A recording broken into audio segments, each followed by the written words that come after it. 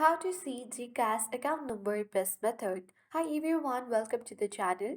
This is Rose and I'm here to guide you on how to see GCash account number.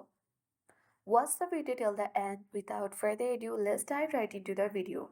First of all, let's launch any browser on the device. Now search for gcash.com on your browser, and on the result section you might get different result. If it is not opening from this way, you can open Google and search for GCash. You can either download and install GCash app on your device and launch your application. So make sure to log into your account, and once you open your GCash application you have to enter your MPIN code, and once you have entered your application you will find your profile.